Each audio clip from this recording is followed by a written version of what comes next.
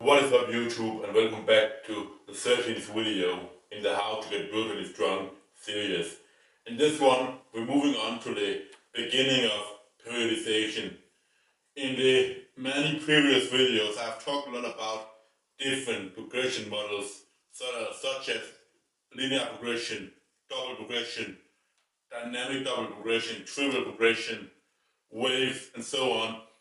And the way periodization is different than progression models is that it works towards an end goal, and defined end goal, where progression models instead, they're something that you utilize within the periodization. So, for example, you might have a block in the beginning or phase where you're working on tens in the squat, where you are progressing the weight linearly every week for a couple of weeks, and then you're moving on to eights, fives, threes, and then ones. So you have these distinct phases working in different rep ranges, and those together make up the periodization. And just a little bit of an historic overview of periodization. The godfather of periodization is known as Tudor Bompas. He's the first who came up with this idea of mixing things together like properly, big in a way like that, especially in the Olympic cycle that lasts 4 years, which for most people obviously are not relevant working in that big of a duration. But as Olympics, they had to peak every 4 years, right? Like they also had competitions in between that, but every 4 years is when they wanted to be at the absolute peak of their best, because they had so few opportunities at that compared to like European Championships or World Championships that were more often in things like athletics, for example. So there was a big emphasis on that and how they could peak different like motor abilities. Mainly the things were like the phases were built into like focus on different motor abilities. So things like endurance, maximum strength, speed strength, rate of force development, things like that, where you can kind of build on top of each other by building a bigger base in one, by being stronger. It allows you to, when moving into the next phase, to have better prerequisites for doing well at that. It's gonna, for example, the first phase, the GBP phase that I will get onto in the next part of this video on the next board, is extremely important, even though it's very unspecific to what you want to get good at. It allows you to handle a higher workload later on, and allows you to handle the heavier weights in your maximum strength phase, and then build upon that and get more specific in your training, where the strength training are going to allow you to focus more on the specific part of how you want to deliver the force, being very explosive and having a high rate of force development. And then after that, moving on to adding more like agility, things like that, turns to make it more sport specific rather than just running in a straight line or doing barbell stuff. So the way that Tudor Bompas he first thought about periodization just in general, in terms of all periodization, he defined it as the act of dividing a period of time into shorter periods, which you can see that is exactly what I just talked about, with the distinct phases focusing on different stuff, all of them. Now, within sport, what he said is that it is, and now here it is a really long quote, but it's a really good one, a sequence of training periods with which each has a specific training goals in mind, with the final goal of helping athletes reach their highest possible potential prior to or during the competitive phase, which is achieved through the planned manipulation of training variables in order to maximize training adaptations and to prevent the onset of overtraining syndrome. So what we can see here is that, again, we have the sequence of training periods periods which each has a specific training goal.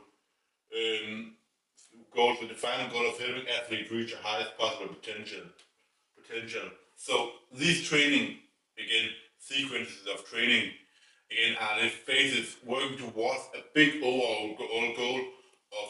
So what I want you to remember is that it's not important to be good right now. It's important to be good when you have the competition and you need to peak. It's important to reach as high of a level as you can in the long run and not right now. And that's why we are having all of these specific phases that are not in the long run really elevating your end goal, but in the short run, I mean elevating your end goal, but in the long run, they will all add up together. It's like investing for the future, right? So, yeah, and that is achieved through the plan of manipulation of training variables. So the variables that we are talking about here is volume, intensity, frequency, exercises, which motor abilities that we are focusing on, and such things.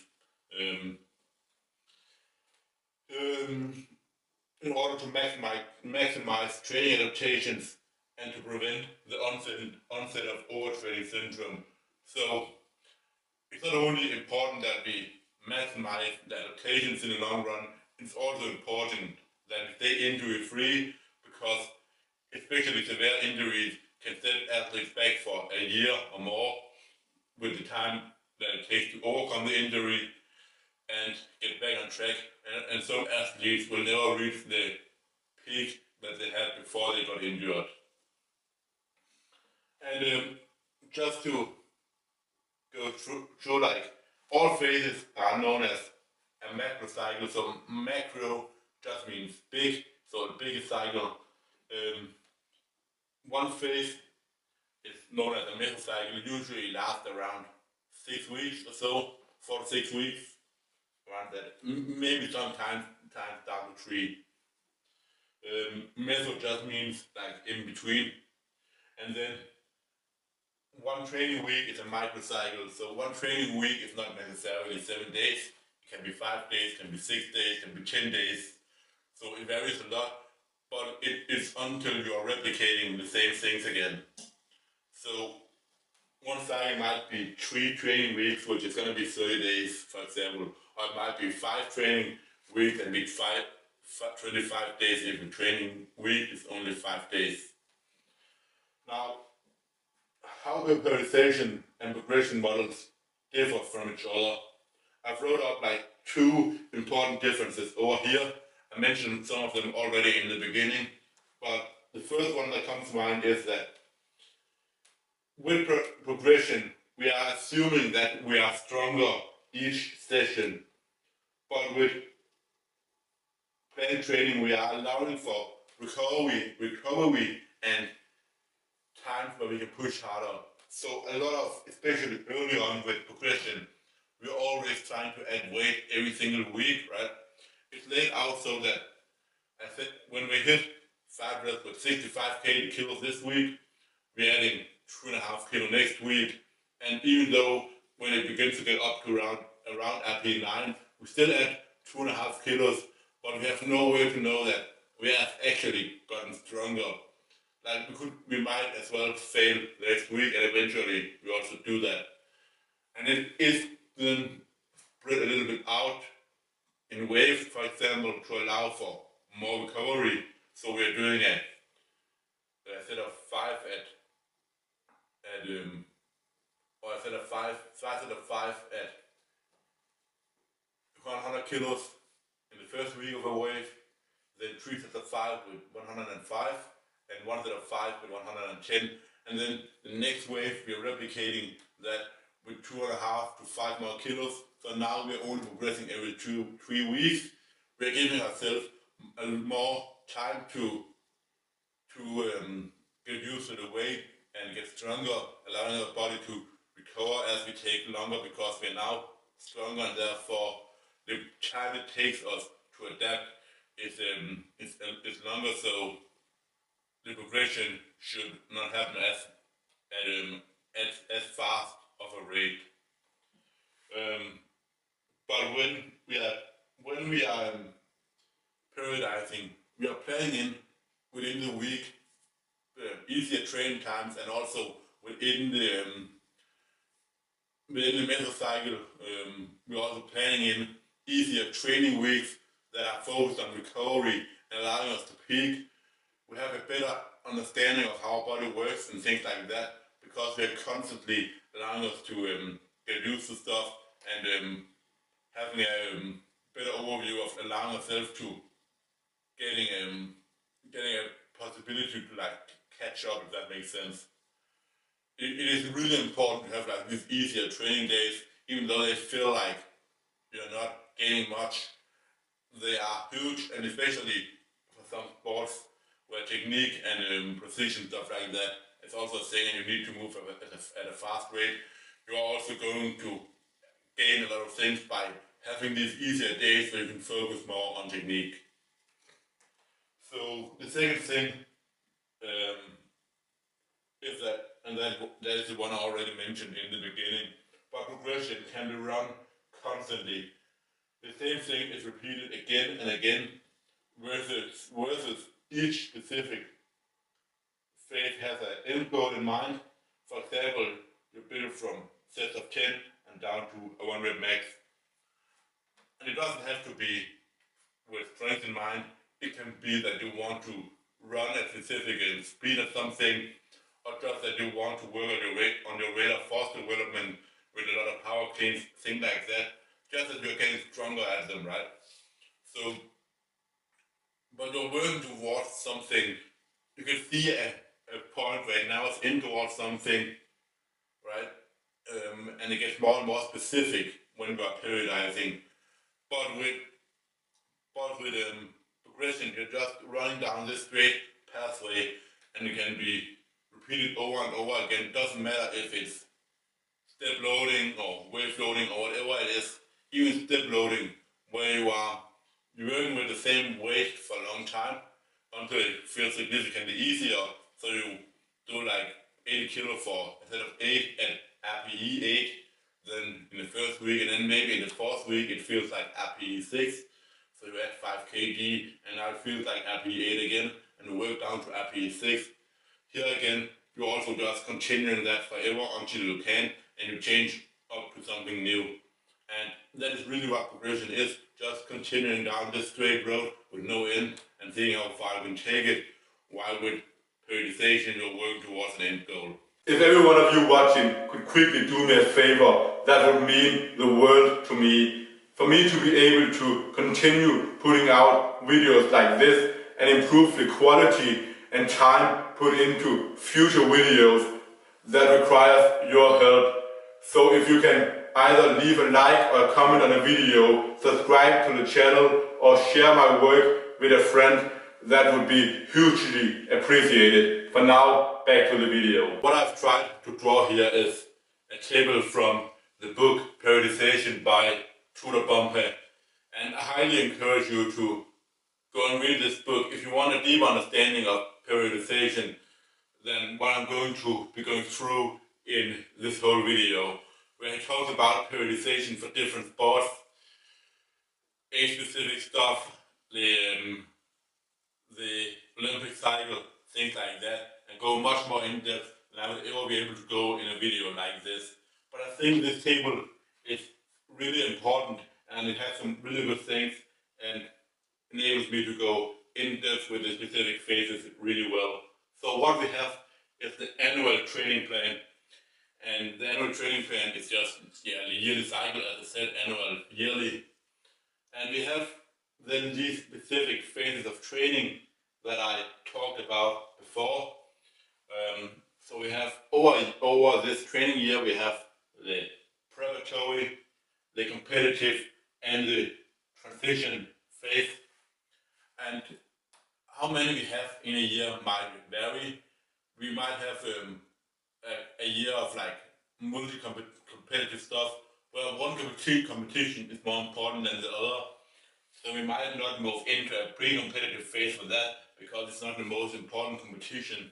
If we have a a few months later we might just spend more time in specific preparation before moving on, because moving on to this pre-competitive phase is gonna be pretty taxing compared to some of the other stuff, and we might not have the time and resources for that. Then we have the sub phases, and the preparatory phase are split into general preparation and specific preparation. The competitive phase are split into pre-competitive and competitive, and the transition is just transition. And then you'll see we have macrocycles and microcycles. So what I usually call a macrocycle is what Tudor Bompas calls an annual training plan, and that's all what I'll refer to in the future, because I think a mesocycle is something that came in later on, because Tudor Bompas doesn't mention that at all in any of his literature. And it's just middle, like meso in the middle, in between. So it's something we created to put something in between because we felt like something were missing. But the annual training plan is not really a cycle, it's just the whole plan of the scheduled time period. Now the macrocycles are what I have also referred to as the mesocycles, right? So within the general preparation phase we have two, and what that basically means is that we might do some wave loading, or we might do increasing load over some weeks, then making it easier, and then ramping it up again. And then this is split into three, with a bigger one in the middle here. We can see that this one consists of 3 training weeks, the others here consist of 2. In the pre-competitive phase we have a 5 weeks training weeks macro cycle, and we have 6 weeks over here in the transitional phase. Actually, I'm not sure how many microcycles this adds up to, 9, 12, 14, 19, 22, 25, 31. So this is it might even be a year if the microcycle is 10 days, but it's going to be around 31 weeks. Now let's dive a little bit deeper into these phases here, what I want to go in depth with. Because first of all, when we are far away from competition, we have the general preparation phase. This is focused on anatomical adaptation, where we are doing a lot of different things, a variety of exercises. If you went in and looked at a training in this phase, you wouldn't be able to tell what sport it is, because the focus here is just on building a huge base. You can think of general preparation in terms of being able to go into any sport and being able to do well. It's where we focus, it's where we learn to throw, we learn to lift ourselves up, we learn to move in different ways, things like that. It's not specific to any kind of sport. It's kind of like what CrossFit athletes are doing, or strongman, things like that. But we are mixing a lot of things together. So really without a specific goal in mind, other than building as big of a base as possible that allows them to step into more specific stuff, where we're going to focus on things like strength, or endurance, or speed. And so what I wrote down here about the preparatory phase is that the focus is on multilateral sport development. As I said, we can go into any sport and already have a baseline of a level. The only thing that we need is going to be probably the technique. If we're playing American football, we're not going to be able to go in and have a good level maybe in something like in baseball or basketball, something like that, because we need the technique, and we also need some of the specific motor abilities. In a way, we are working with more shifts in basketball, shifts and turns maybe, and with jumps, things like that. What more did I write down about this? Work capacity is improved through a variety of different exercises that allow for a better kinesthetic sense. So we are allowing ourselves to really handle this more specific stuff better, where the workload are higher, we're putting more stress on specific parts of our body, and without the general preparation, this stuff over here would not have the same benefits that it would otherwise. Now, the specific preparatory phase, as I already mentioned, here we make it more sport specific. To that, we're looking at what abilities does this sport actually require. So we're naming, if you're taking a look at, let's say soccer, for example, it requires many sprints, right? Like short bursts of speed. It maybe requires some maximal strength. It requires endurance. So what we are working on in this phase here are the specific things that it requires. So we might use a lot of endurance training. We might use some speed training where we are doing power cleans. We are doing some plyometrics, things like that. But again, like for the strength stuff, we're also using weights. So again, we're using weights here, and we're never going to be doing that in sports outside of like CrossFit, strongman, weightlifting, powerlifting, and bodybuilding. So again, it's not the most specific thing, but we're making it more specific, right? And what that allows us to is to move into the pre-competitive phase, where now the exercises that we are doing are allowing us to build on top of the strength, endurance, and speed that we have built, and now make it really sport specific. So now we are going to be using our body weight. We're going to work on specific intervals that we're using in the game, distances of the game. The time durations that we're working for are going to be specific to what the game demands from us. We're working on agility. Now we're not just building the speed, but we are working on like transitioning through, like when we're getting one way, quickly going in the other direction. It doesn't matter if we're fast, if as soon as we have to turn, we are really clunky and heavy. So we need to work on that. So that is what we're working on in the pre-competitive phase. Let me just see what I've written down here. Yes, so things like muscular endurance, power, agility, all of that stuff. Then in the competitive phase, we are just trying to maintain, because we're already getting such a big stimulus when we are in the season with matches, and we're not really going to be able to improve anything within that. Like we can't work on maximal strength during that time. Like at least not try to improve it. The same with endurance and stuff like that. The games that we have, or just the competition itself, is gonna be enough, right? So there's no need to add in a lot of stuff here. We're just trying to stay injury free while maintaining the things that we have built up. And then in the end, we're gonna move into a big transitional phase where the goal is to really allow ourselves to recover both mentally and physically after a long demanding season. We want to refine motivation for the sport, and here the focus is on just active recovery, and it might not include anything in terms of like weightlifting at all, like even not the things over here.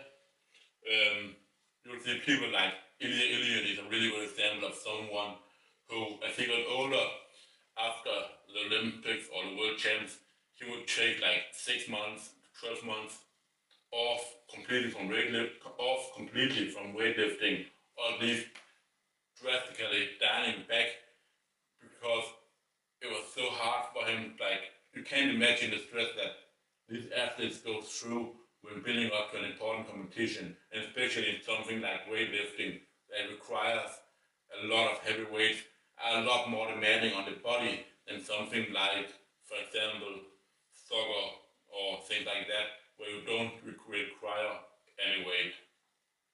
So this is basically how it works. On the next board, I will just move a little bit into showing you how you can potentiate each phase that I've talked about, how you have one phase that builds into the next to improve the benefits that you get from that.